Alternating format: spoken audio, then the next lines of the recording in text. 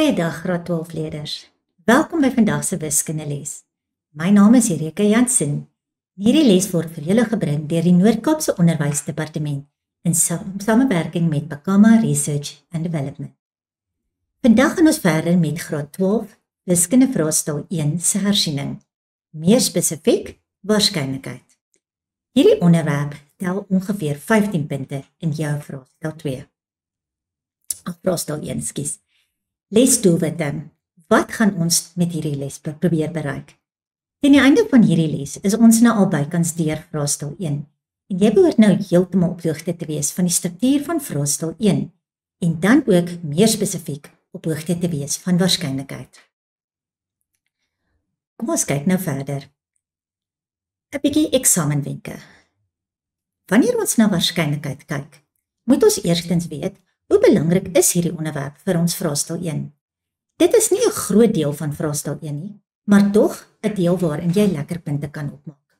So hy kom heel aan die einde van vraestel 1 en tel ongeveer 10% van jou vraestel. Dit is 15 plus of minus 3 punte in jou vraestel 1.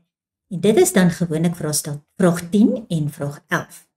Dit kan ook gekombineer word in een vraag, maar kortweg dis die laaste afdeling van jou vraestel 1. So wanneer ons kyk nou na waarskynlikheid, as jy maksimum punte in hierdie afdeling wil kry, dan is daar 'n paar goedjies waarop jy moet let en wat jy moet seker maak dat jy op hoogte is daarvan. Eerstens is die telbeginsel. Dit is jou matriekwerk. Jy moet weet hoe om die aantal kombinasies van enige geskrewe stukkie wat hulle vir jou die opset gee, moet jy die verskillende kombinasies kan bereken. En dan ook, moet jy ook die waarskynlikheid daarvan kan bereken. Let op die verskil tussen dit. Die eerste vraag vra, hoeveel kombinasies is daar? Wat beteken jy gaan hoeveelhede uitwerk? En dan die tweede vraag is, wat is die waarskynlikheid daarvoor? Dan gaan jy die eerste vraag se antwoord vat en dit op die totale aantal moontlike kombinasies sit. Die tweede ding waarvan jy moet seker wees, is die definisie van waarskynlikheid. Hierdie definisie leer jy nou al geruim 'n paar jaar. So jy moet baie seker wees, dis die hoeveelheid verdeel deur die totale moontlike uitkomste. Dan moet jy ook baie versigtig wees dat jy nie deurmekaar raak tussen en of vra nie. En beteken hy moet aan albei kante se voorwaardes voldoen. Terwyl of beteken hy moet aan die een se voorwaardes voldoen, dan sit in die groep, of hy moet aan die ander se voorwaardes voldoen, maar jy sit alles saam. Jy gaan nie uitsluitend maak nie. Jy gaan albei se antwoorde insluit in jou vraag. Dan moet jy ook die waarskynlikheidsidentiteit kan gebruik. Dit is daardie identiteit wat op jou formuleblad verskyn van waarskynlikheid van A of B gelyk aan die waarskynlikheid van A plus die waarskynlikheid van B minus die waarskynlikheid van A en B. Jy moet hierdie waarskynlikheidsidentiteit kan gebruik om enige een van die identiteit of die waarskynlikhede wat daarin voorkom te kan uitwerk. Met ander woorde, hulle gaan vir jou van hulle gee en jy gaan invervang en die ontbrekende een moet kan bereken. Jy moet dit kan doen vir enige situasie, of die gebeure nou onafhanklik is, onderling uitsluitend, of sommer net nie een van hulle nie. Jy moet dit in alle situasies kan bereken. Dan ons volgende aspek waarna ons moet kyk, is Venn-diagramme. Venn-diagramme het jy in graad 11 baie in detail gedoen. Jy moet dus 'n Venn-diagram kan opstel. Let net op die verskil. In matriek moet jy 3 sirkels kan hanteer. En dan moet jy ook aflesings van hierdie Venn-diagramme af kan doen. Goed, nou, hoe lyk hierdie spesifieke afdeling? Gewoonlik word hierdie afdeling in 2 verskillende vrae opgebreek. Eerstens 'n afdeling wat vra dat ons basiese waarskynlikheidskennis gaan toets. Met ander woorde, dit is gewoonlik eintlik maar jou graad 11 werk, waar jy byvoorbeeld die waarskynlikheidsidentiteit moet toepas, Venn-diagramme of selfs boomdiagramme. Oor jou graad 11 werk word hier getoets.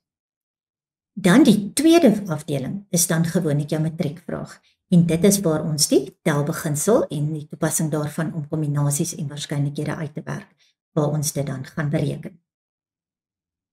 So kom ons kyk na Venn-diagramme. Wanneer ons by Venn-diagram vrae kom, moet ons die volgende kan verwag. Jy moet 'n Venn-diagram van basis af kan teken. Met ander woorde, hulle gaan vir jou klomp beskrywende inligting gee en jy gaan dan daardie inligting op 'n Venn-diagram moet invul. Baie belangrik wanneer jy hierdie teken is, teken jou Venn-diagramme dat hulle klaar oorvleuel en vul dan net die inligting daarvandaan af in. En vul ook altyd van die binnekant af buitentoe. Dan gaan jy sekere inligting ingevul hê, maar daar gaan sekere dele wees waar daar nog niks ingevul is nie. Ek noem dit die gate in my Venn-diagram. Jy moet hierdie gate kan bereken, so jy met al die ontbrekende inligting moet jy dan met behulp van dit wat jy wel het, kan invul. Dan moet jy ook, sodra die Venn-diagram nou volledig is, en jy dan al die verskillende dele se waardes ingevul het, dan moet jy ook hierdie Venn-diagram kan gebruik om verskillende aflesings te kan maak. En jy moet ook kan bepaal of gebeure onderling uitsluitend en of hulle onafhanklik is.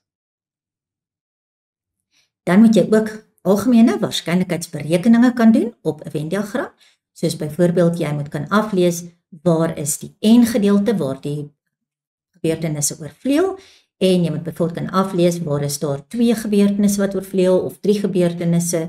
Enige sulke tipe vrae moet jy kan aflees. Kom ons kyk na die telbeginsel. Wanneer ons by die telbeginsel kom, dan sê ek gewoonlik die maklikste manier hier is wat ek nou sommer noem my streppies metode. Wat jy hier doen, is jy identifiseer hoeveel verskillende posisies moet jy hanteer in jou vraag, of hoeveel verskillende keuses moet jy maak. En dan trek jy vir elke ene, trek jy 'n lyntjie. So, kom ons sê byvoorbeeld, jy het 3 broeke, 4 hemde en 2 pare skoene. Dan kan ons sê, ons het 3 opsies. Ons moet kies tussen die broeke, ons moet kies tussen die hemde en ons moet kies tussen die skoene. So daarom gaan ek vir elkeen van daardie gaan ek 'n lyntjie trek. En dan vul ek by elke lyntjie in hoeveel keuses het ek. So daarom het ek in hierdie geval, ek het 'n 3 daar ingevul want ek het 3 broeke gehad. Dan het ek 'n 4 ingevul want ek het 4 hemde gehad en ek het 'n 2 ingevul want ek het 2 pare skoene gehad. En wanneer jy dan jou hoeveelhede ingevul het op hierdie lyntjies, dan maal jy dit net mekaar. En dit sê vir jou hoeveel moontlike uitkomste het jy. So in hierdie geval het ek dan 24 moontlike uitrustings wat ek kan maak. So in hierdie geval het elke streepie iets verteenwoordig, in die geval my broeke, my hemde en dan my skoene. Dan moet jy nou by elke opsie, soos wat ek reeds gesê het, gaan jy jou hoeveelhede invul. Dit is wat ek reeds daarbo omkring het, die 3 opsies vir broeke, die 4 vir die hemde en die 2 vir, en die 3 vir die skoene. En dan laastens vermenigvuldig ons dit en dit gee vir my die aantal uitkomste. Goed, nou kom ons kyk verder. Wanneer ons nou besig is met hierdie vraag, moet jy baie versigtig lees. Moenie hierdie vrae soek lees en net kyk vir die syfers nie. Jy moet regtig hier die woorde baie goed lees. Eerstens moet jy lees of herhaling toegelaat word of nie. Dit is veral belangrik wanneer ons kodes of wagwoorde of pins, telefoonnommers of registrasienommers of sulke goeders ken. Dan moet jy besluit, of hulle moet vir jou sê, mag jy byvoorbeeld letters herhaal. So mag jy byvoorbeeld in 'n registrasienommer, byvoorbeeld 'n BB, of mag die letters nie herhaal nie. Daardie deeltjie is regtig baie belangrik, want dit gaan bepaal hoeveel keuses jy by elke streepie beskikbaar het. Dan moet jy ook versigtig wees, of hulle nie dalk sê, sekere goed moet saamgegroepeer word nie. Hier is 'n tipiese voorbeeld, 'n klomp boeke wat ek op 'n boekrak moet rangskik. Ek kan byvoorbeeld wiskundeboeke hê, Latynse boeke en kom ons sê fisiese wetenskapboeke. En dan kan ek vir jou sê, maar al my wiskundeboeke moet by mekaar staan. En jy moet weet hoe die groepies te hanteer.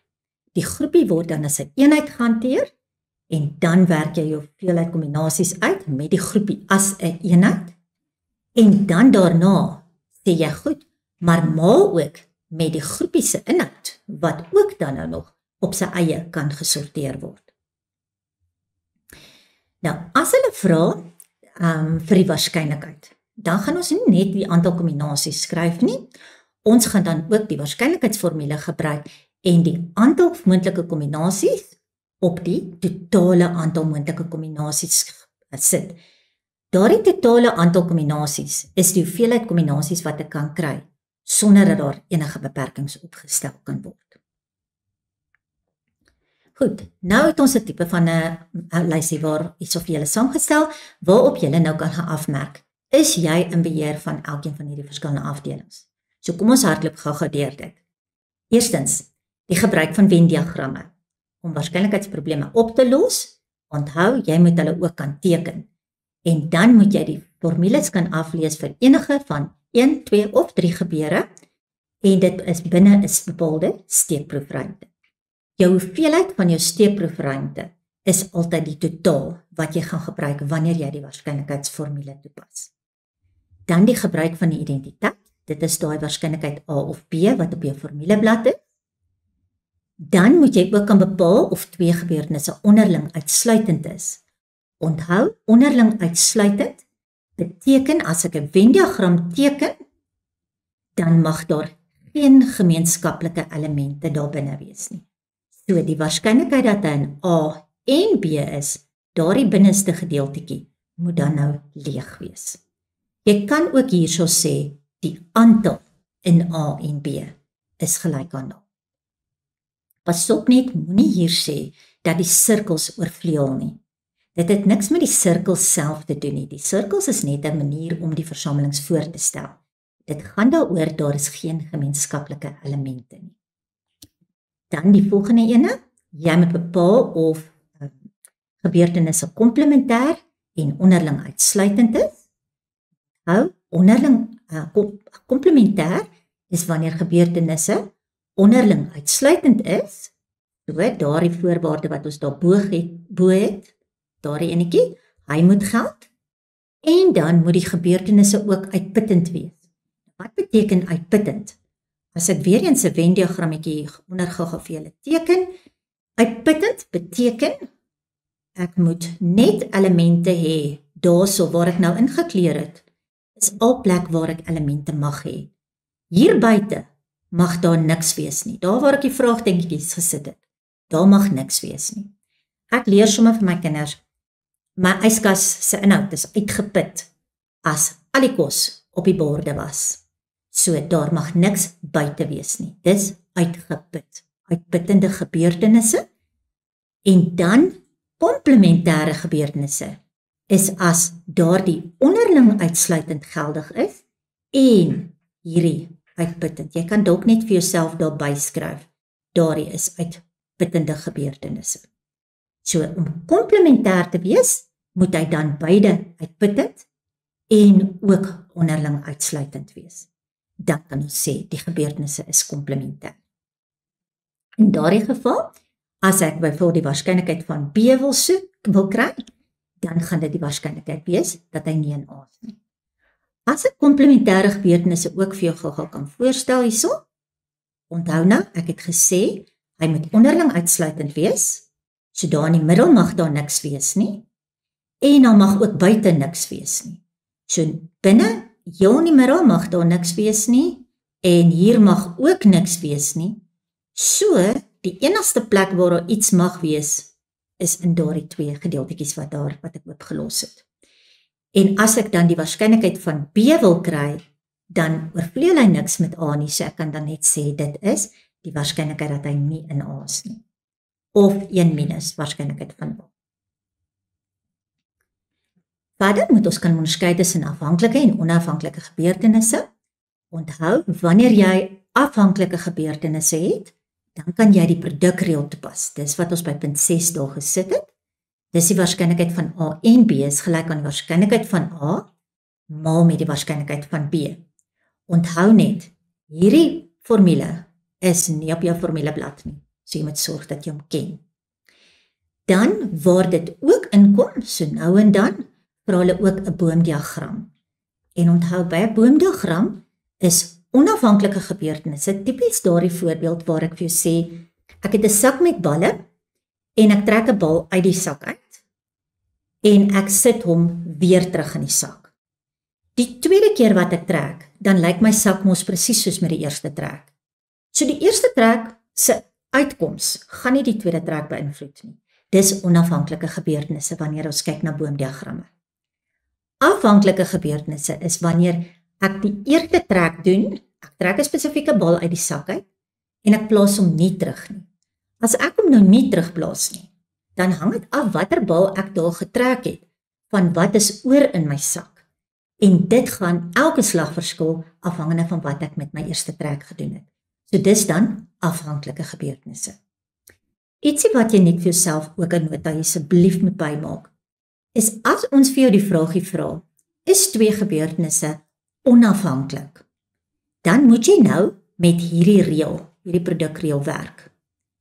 En onthou, as ons vra, is hulle onafhanklik, dan moet jy die linkerkant uitwerk en jy moet die regterkant uitwerk en kyk of hulle by mekaar uitkom.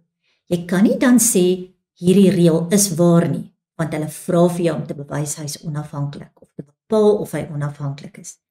Dis die eerste ding. Die tweede ding waarvan jy ook 'n nota moet maak is, as hierdie reël nie waar is nie, hy werk met ander woorde nie uit dat die twee kante gelyk is nie, moenie dan sê die gebeurtenisse is afhanklik nie. Sê net die gebeurtenisse is dan nie afhanklik nie. So ek wil hê jy moet vir jouself 'n nota maak waar jy daar sê, as die waarskynlikheid van A en B nie gelyk is aan die waarskynlikheid van A maar waarskynlikheid van B nie, dan moet jy sê hulle is nie onafhanklik nie. Asseblief moenie daar sê afhanklik nie.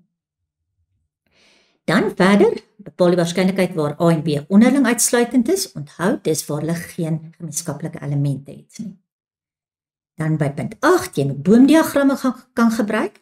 Elke vertakking van die boomdiagram is iets wat plaasvind. So as ek byvoorbeeld 'n muntstuk opgooi en dan 'n dobbelsteen opgooi, gaan die muntstuk se opgooi gaan die eerste vertakking gee en die dobbelsteen wat ek gooi gaan die tweede vertakking wees.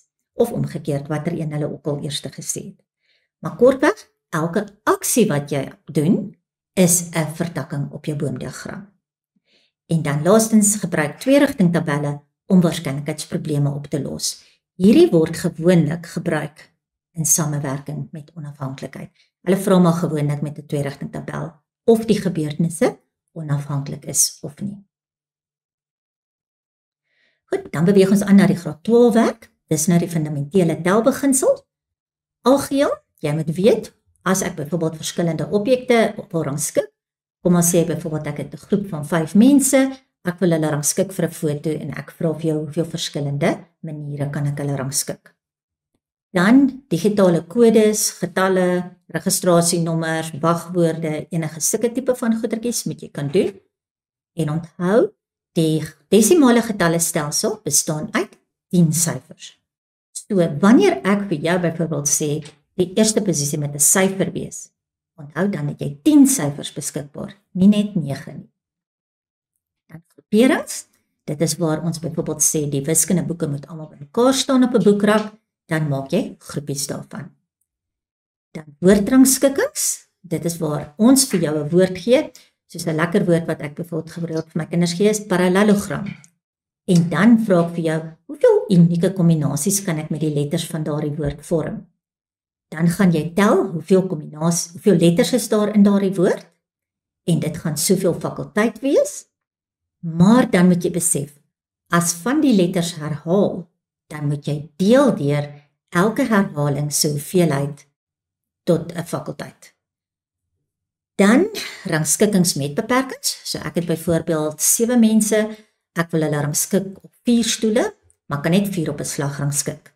So dan gaan jy daardie rangskikking ook moet kan doen, maar die posisies is beperk. En dan ook wanneer daar identiese objekte is, dit gaan baie saam met die woordrangskikkings. Jy moet dan die identiese objekte moet jy elimineer.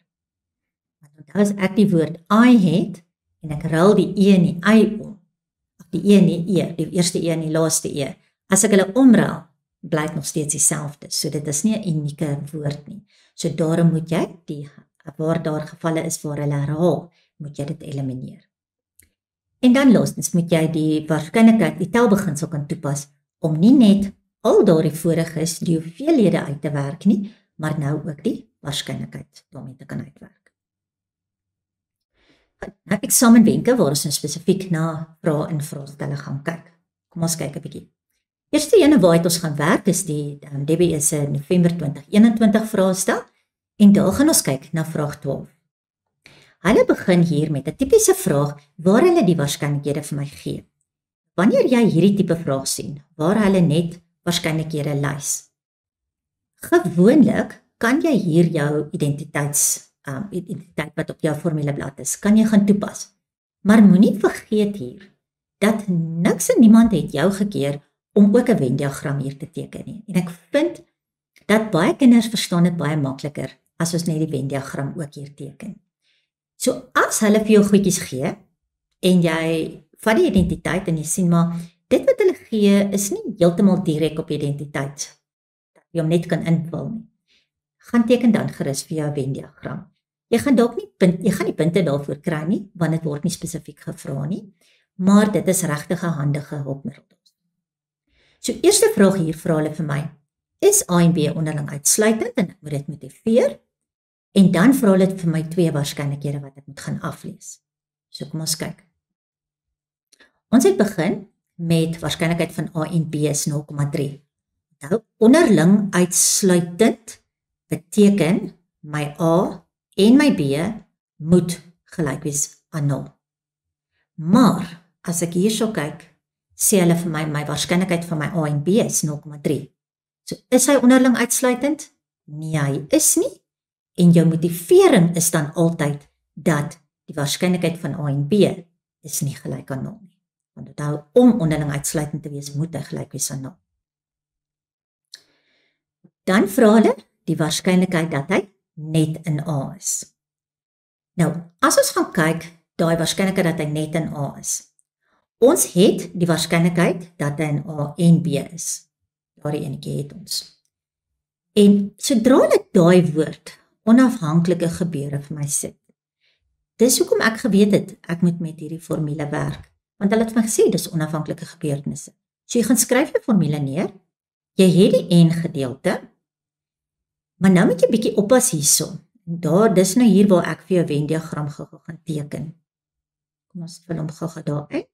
Jy het die middelste gedeelte 0,3 gehad. Kom ons maak links A en regs maak ons B. So die en gedeelte was 0,3.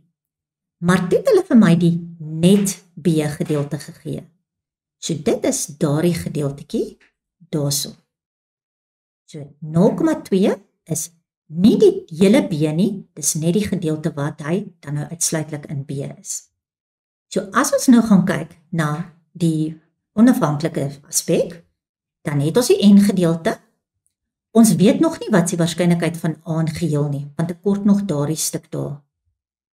Maar ek het nou die waarskynlikheid van B, want dit is nou daardie hele sirkel van B. So my waarskynlikheid van A en B, gaan ek nou invul aan die linkerkant, net daarby kom. So sien julle daarso op ons reël, daar het ek die en ingevul, en die waarskynlikheid van B is nou my hele B se sirkel, en met dit kan ek nou die waarskynlikheid van A uitvind. So nou gaan deel ek die 0,5, gaan deel ek weg, en dan kry ek die waarskynlikheid van A is 0,6. Maar jy moet oppas, daardie waarskynlikheid van A is die hele A se sirkel. So as ek nou die waarskynlikheid van net A wil kry, soek ek mos nou net daardie gedeelte waar die vraagteken is. So ek gaan die hele A sinne vat, wat 0,6 is, en dan die gedeeltetjie wat daar in die middel is, aftrek 0,3, en dit gee vir my dan 'n waarskynlikheid wat hy net in A is, van 0,3. Wat nou terwyl ons daar gou is, kom ons kyk sommer gou net verder, dat ek sommer my Venn-diagram gou voltooi. As ek dit wat ek sover ingevul het, bymekaar tel, dan is dit 0,3 plus 0,3 plus 0,2, gee vir my 0,8. Maar jou hele blok saam, wat jou steekproefruimte is, se waarskynlikheid moet altyd optel na 1 toe. Wat beteken, hier buite moet daar 'n 0,2 wees. So kom ons kyk wat was die ander vraagie gewees. die waarskynlikheid dat hy nie in A of nie in B is nie. Hier is meer as een opsie, so kom ons kyk. Waarskynlikheid van A en B is 0,3. Nou, onthou nou, as ek gaan kyk, ek gaan eers gou weer vir julle teken hierso. Daar is my A, daar is my B. Ons sê, hy moet nie in A, waar is nie in A? Nie in A is alles wat hier buite is, alles daar oor B ook, daai alles, dit gaan dit alles ingesluit wees. So daarie moet in my antwoord wees. Maar, so dit het ek klaar in. Ek moet daarby sit, want onthou of is soos plus, jy sit dit by. Dan moet ek alles bysit wat nie in B is nie. Nou as ek alles wat nie in B is moet gaan bysit, gaan dit beteken, ek moet ook hierdie stuk bysit, want hierdie stuk hierso, wat ek nou donkerder ingekleer het, is mos nie in B nie. Die res het ek al alles in. Daardie stukkie wat nou daar in die middel is mos in B, so ek gaan hom nie insit nie. Maar hierdie stuk wat ek nou nie hier ingekleer het nie, moet nou ook bykom. So as ek na daai diagram nou in geheel kyk, beteken dit, ek moet alles vat, behalwe die snyding. So dis wat ons hier gedoen het. Ons het gesê, die waarskynlikheid van S is mos 1. So, as ek nou alles wat buite daai snyding is, wil hê, kan ek sê dis 1 minus die snydingsgedeelte, die N-gedeelte. En dit gee dan vir my 1 minus 0,3 wat 0,7 is. Goed, dan as ons nou met 'n Venn-diagram gaan kyk, ons tweede opsie. Ons het nou mos ingevul, ek het klaar met julle bespreek hoe ons 0,3, 0,3 en 0,2 en daardie ene gekry het. So dit is nou, ek het dit eintlik nou by die vorige vraag al klaar geteken. Dit is alles wat nie in A is nie, so alles daar buite moet ingesluit. Alles wat nie in B is nie, was die tweede gedeelte, en ek moes ook alles wat nie in A is nie, so al daai was ingesluit, dit was net nie die sluitingsgedeelte wat moes ingesluit gewees het nie. So daarom kan ek dit alles bymekaar gaan tel, die 0,3, die 0,2 en die 0,2, en dit gee vir my dan dieselfde. Goed, nou ons volgende vraag, waar ons nou oorgaan na die graad 12 telbeginselvraag. 'n onderwyser het 5 verskillende digbundels, 4 verskillende dramas en 3 verskillende romans. Sy moet hierdie 12 boeke nou op 'n boekrak rangskik van links na regs. Nou vra hulle vir my 3 verskillende situasies. Hulle sê eerstens, gee die waarskynlikheid dat 'n roman die eerste boek op die boekrak sal wees. Dan bereken die aantal verskillende maniere waarop die 12 boeke gerangskik kan word, indien enige boek in enige posisie kan staan. En dan derdens bereken die waarskynlikheid dat 'n digbundel in die eerste posisie is, die 3 romans bymekaar staan en 'n drama in die laaste posisie is. Kom ons gaan kyk, ons gaan nou weer my streppies metode gebruik. So wanneer ons kyk, die eerste ene het 'n roman, is die eerste boek op die boekrak. So as ek nou my streppies metode gaan teken, 1, 2, 3, 4, 5, 6, 7, 8, 9, 10, 11, 12 van hulle nou, dan kan ek sê, in die eerste posisie moet daar 'n roman wees. Daardie posisie. Hoeveel verskillende romans het ek? Ek het 3 verskillende romans. So wanneer ek een kies vir die eerste posisie, kan ek uit 3 opsies kies, want daar's 3 romans beskikbaar. Dan het hulle vir my niks verder gesê nie. So nou moet jy besef, jy het 12 boeke in totaal gehad. Maar jy het vir jou eerste posisie, het jy klaar 1 ingesit. So dit beteken, 1 is klaar geplaas, nou bly daar 11 boeke oor.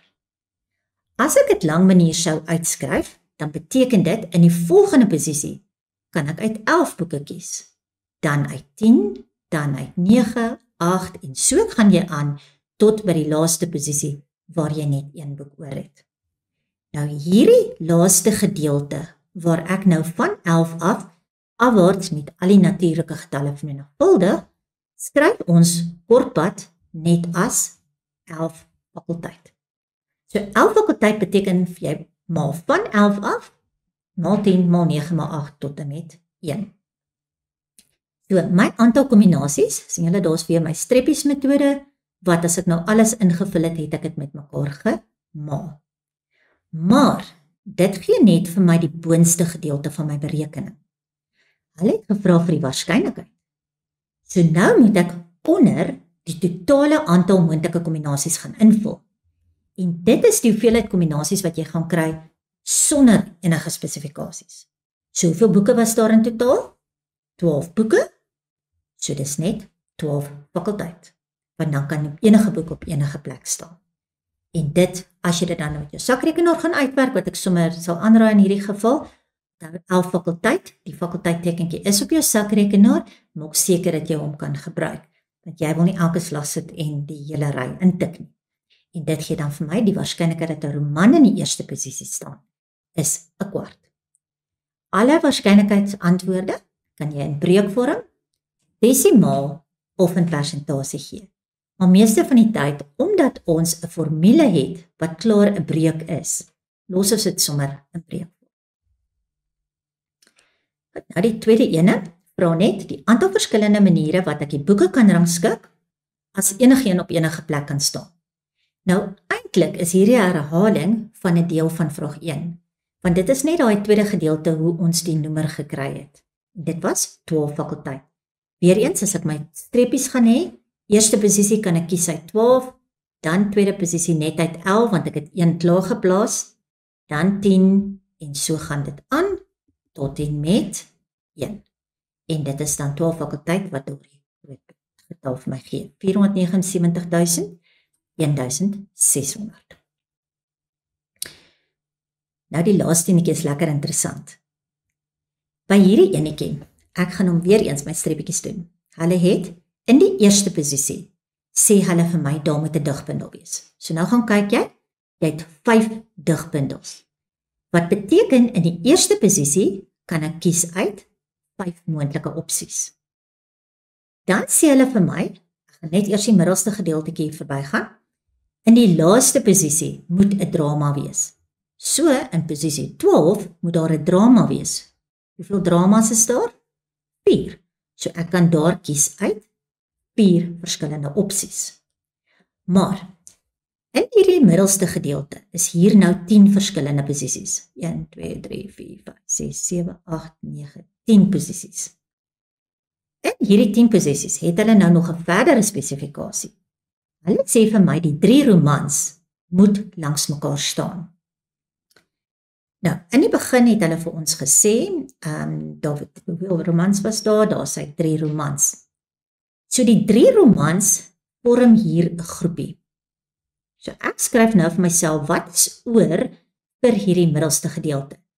Dis die 3 romans, dan net 4 digbundels, want ek het mos nou 1 in die eerste posisie geplaas, en dan 3 dramas. So, dit gee vir my, en onthou hierdie hanteer ek nou as 'n groepie. As ek dit as 'n groepie hanteer, het ek die 4 digbundels, plus die 3 dramas, gee vir my 7, plus die 3 romans, moet jy letterlik sien, hulle is so vasgebind in 'n groepie. So, 4 plus 3 is 7, plus die groepie romans, gee vir my 8 losgoed, wat ek nou in die middel gaan sorteer. Dis hoekom hulle daar die 8 fakulteit het. Maar, wanneer ek hierdie groepie van die romans vat, moet jy besef, daardie romans kan ook nog in verskillende volgordes gerangskik word. En dit is, ek sê altyd, my groepie word oopgemaak, en dit is die 3 fakulteit moontlikhede wat daar bestaan. So dis die begin ene, 5, eind ene, 4, en dan die ek met die aantal eenhede wat daar is, 8 fakulteit, maal met, en dan my groepie oopgemaak, geef my die 3 fakulteit. En dit maal jy alles met mekaar, en dan kry ons baie groot bedrag, hoeveelheid daarbo, maar voordat ek daar stop, onthou weer eens, dit was die waarskynlikheid. So jy gaan die antwoord wat jy daar kry, deel met die vorige vraag se antwoord, want dit is die aantal kombinasies sonder enige beperkings. En dit vereenvoudig gee dan vir my 'n 1 op 99. Nou, kom ons bietjie by telefoonnommers wat hulle bymekaar sit. Hierdie gaan eintlik meer terug na die ou tydse stelsel waar ons nog sentrales en area kodes en sulke goed gehad het. Ons het dit nou nie veel vandag meer nie, maar in ander lande werk dit soms nog so. So kom ons kyk wat is die spesifikasies. Hulle sê vir my telefoonnommer gaan uit 10 syfers bestaan, maar dit word opgedeel in groepies. Die eerste groepie is my area kode, tweede groepie is my sentrale kode en die derde groepie is dan 'n nommer. Eerste 2 groepies bestaan elkeen uit 3 syfers en die laaste groepie bestaan uit 4 syfers.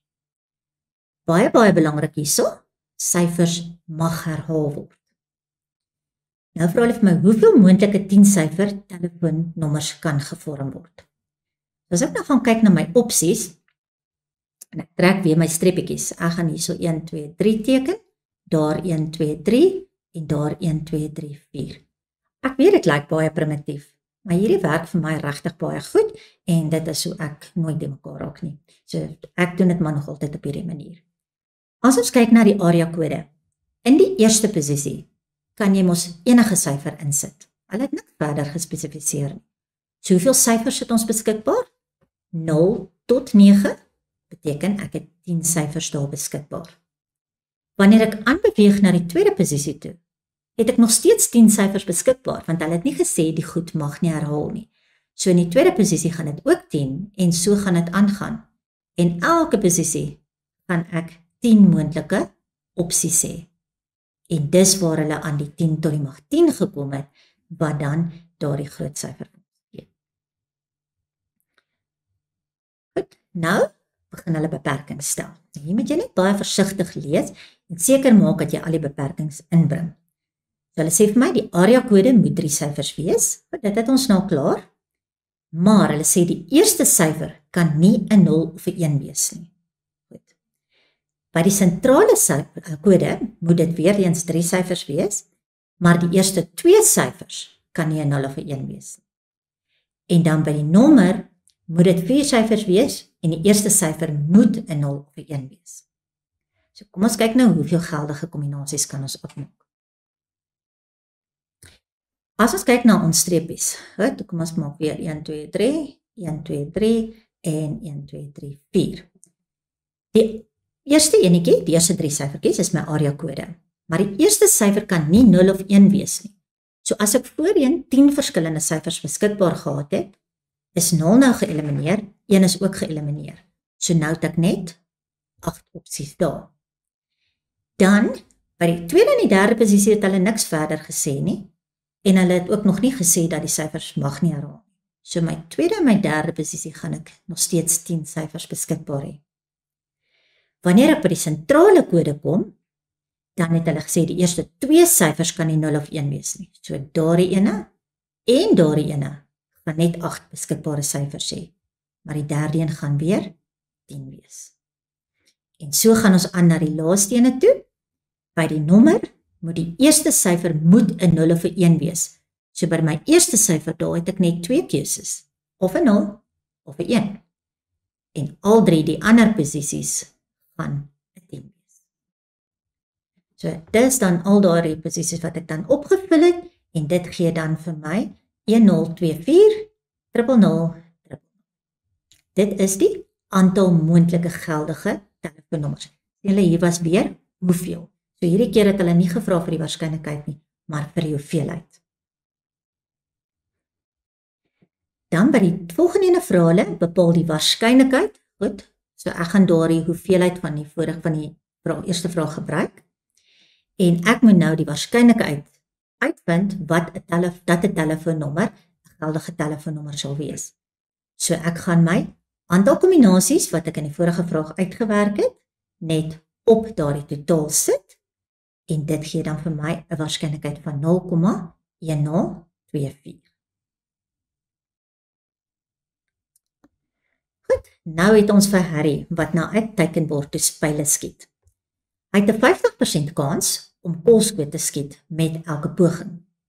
Bereken die waarskynlikheid dat hy koolskoot sal skiet met die eerste en die tweede skoot. Wat ek dadelik hier hoor, is dat daar 2 aksies plaasvind. So dadelik kom dit in my kop, ons gaan 'n boomdiagram teken. En weer eens, as jy op 'n situasie afkom waar hulle so 'n tipe van probleem het, en hulle vra nie vir 'n boomdiagram nie, dan moet jy nie besluit, okay, maar ek mag nou nie 'n boomdiagram teken nie. Jy mag te enige tyd enige van die diagramme teken, as dit jou kan help om die probleem op te los. Tweede enetjie vra, bereken die waarskynlikheid dat Harry minstens 2 keer in sy eerste 3 skote 'n koolskoot sal skiet. So kom ons kyk nou hoe lyk dit as hy skiet. Nou, wanneer hy die eerste keer skiet, hier is net die Engelse afkortings nog, so dis B vir bullseye en dan nie bullseye. So, as hy die eerste keer skiet, het hy 50% kans om 'n koolskoot te tref en 50% nie. So daarom sal jy sien op elke been het ek 0,5 waarskynlikheid. Dan skiet hy sy tweede skoot. Weer is dit 'n nuwe aksie, so dis 'n nuwe vertakking. En elkeen van daardie 2 is weer op sy eie 'n 50-50 kans. En so doen jy dit ook vir die derde ene. Dan baie belangrik is daardie agterste kolom. Baie van julle vergeet om daardie kolom by te skryf. Dis nie net belangrik omdat jy 'n punt daarvoor gaan kry nie, maar is ook belangrik want dit help jou om jou aflesings baie makliker te doen. So die eerste pad wat ek volg, koolskoot, koolskoot, koolskoot. Dit gaan daardie boonste opsie wees. Tweede ene gaan wees koolskoot, koolskoot, nie koolskoot. Dis die enetjie wat daar afgaan. En so gaan jy al jou uitkomste daar agter lys. Nou het die eerste vraag gevra, bereken die waarskynlikheid dat Harry koolskoot sal skiet met die eerste en die tweede skoot. Nou gaan jy terug na jou boomdiagram nie. Jy gaan terug na hierdie lys hier agter. Hy moet met die eerste en die tweede skoot 'n koolskoot skiet. So daardie ene kan werk, daardie ene kan werk. En niks verder gaan werk nie. So nou weet ek moet daardie 2 paaie gebruik. So dan gaan jy en jy sê goed, my opsies is dus nou dat ek al 3 die skote 'n koolskoot skiet, of dat ek die eerste 2 koolskoot skiet en dan nie 'n koolskoot skiet nie. So, die 0,5 maal met die 0,5 gee vir my 0,25. Ons kan die volle paai ook vat, daardie gaan vir my gee 0,125 en hierdie gaan 0,125 wees. Onthou, ons maal die waarskynlikhede op die pad. En dan as ek daardie 2 bymekaar tel, kry ek ook 0,25. In hierdie geval het hulle maar net die opsie gevat, hulle het net die derde vertakking uitgelos en dit gee dan vir jou presies dieselfde antwoord, want die derde vertakking het nie hier 'n rol gespeel nie. Goed, dan die waarskynlikheid dat Harry met minstens 2 van sy 3 koolskote tref. So weer eens, kom ons gaan kyk watter opsies gaan werk. 2 van die 3 moet koolskoot wees en dis minstens 2. So hy kan met al 3 ook koolskoot skiet. So die eerste opsie gaan werk, tweede opsie gaan werk want hy het 2 koolskote, derde een gaan ook werk. Vierde een gaan nie werk nie, vyfde een gaan werk, sesde een gaan nie werk nie, sewende een gaan nie werk nie en die agste een gaan ook nie werk nie. So nou vat jy elkeen van daardie paadjies se uitkomste en elkeen van hulle gaan 0,125 wees. Kom maar gaan uitwerk en dan plus jy dit net alles bymekaar.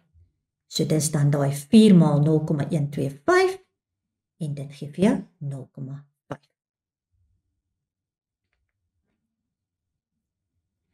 Nou bietjie ene met 'n Venn-diagram. Dit kom uit die DBS se vraestel van November 2017, vraag 10. 'n Opname is gedoen onder 100 graad 12 leerders. Dadelik weet ek, daardie is die grootte van my steekproefruimte.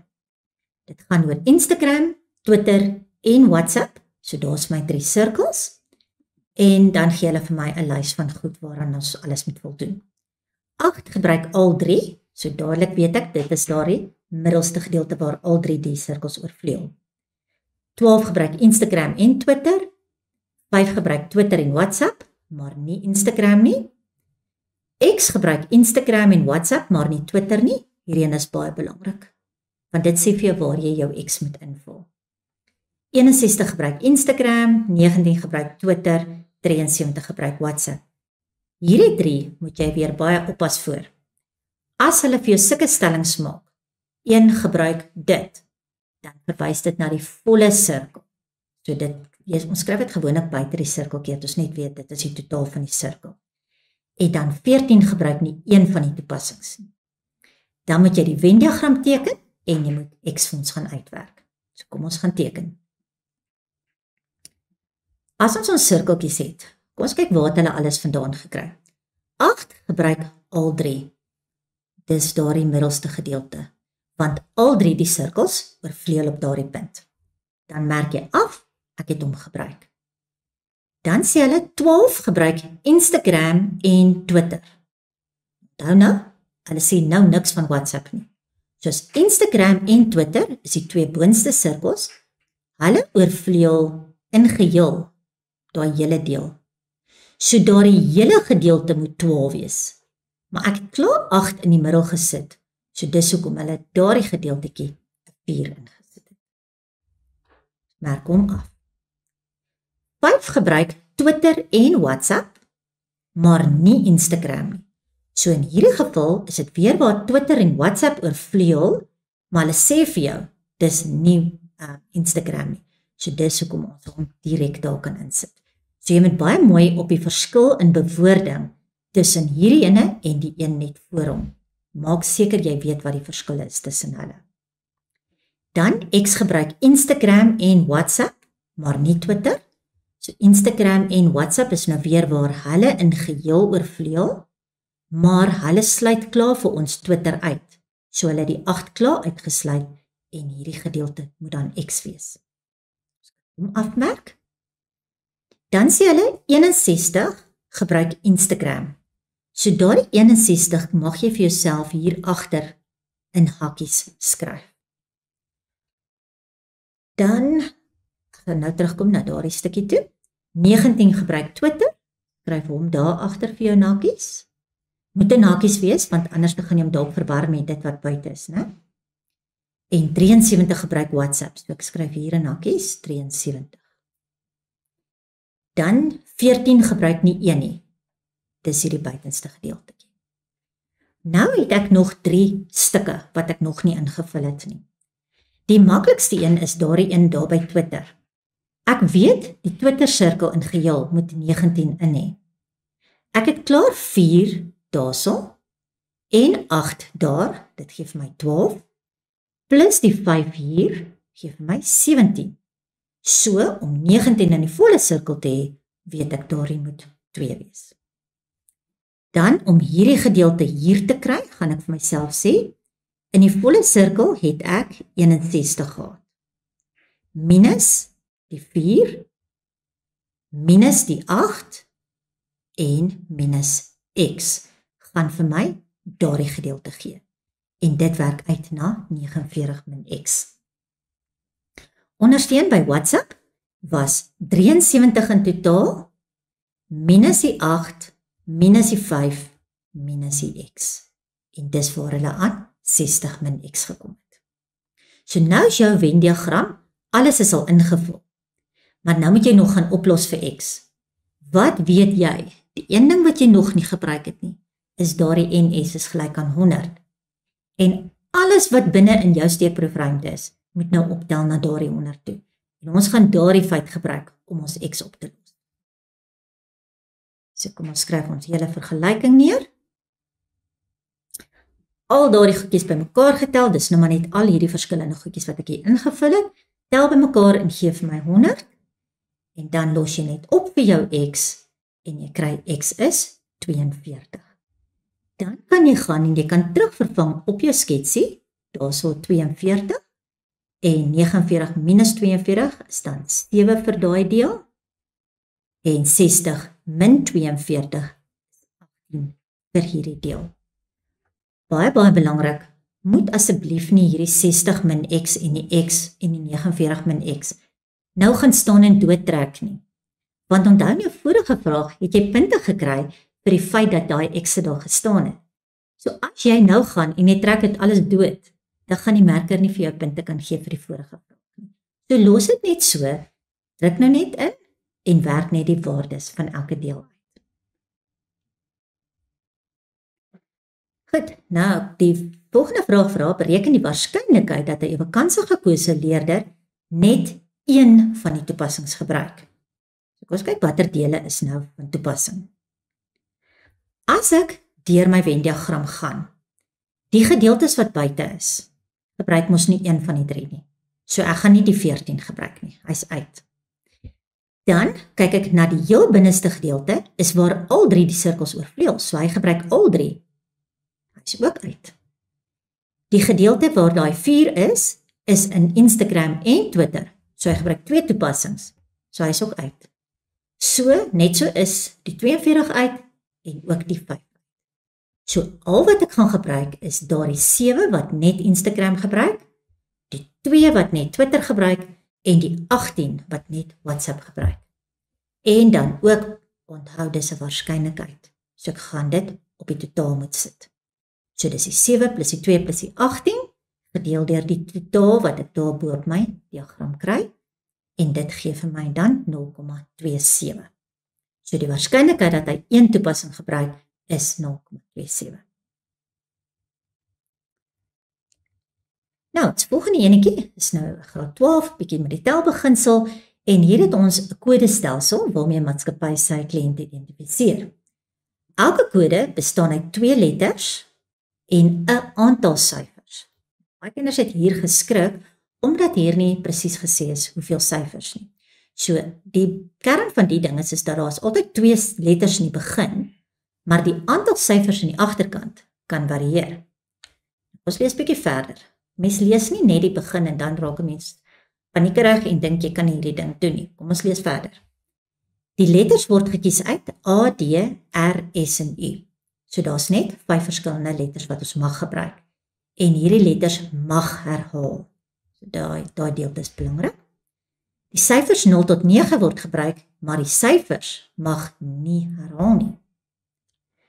Nou vra hulle hoeveel verskillende kliënte kan geïdentifiseer word met 'n kodestelsel wat bestaan uit 2 letters en 2 syfers. So, as ons gaan kyk na die letters se posisie. In die eerste posisie, daar's mos 1, 2, 3, 4, 5 letters.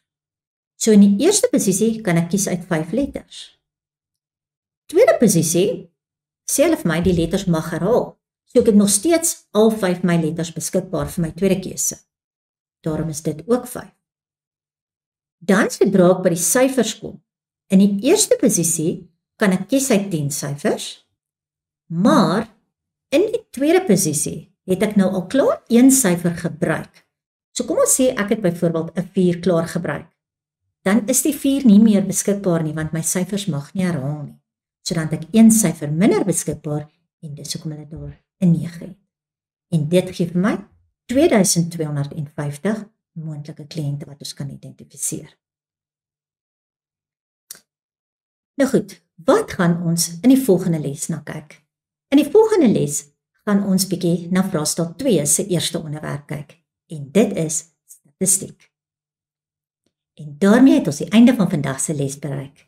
Baie dankie dat julle saam met my gewerk het.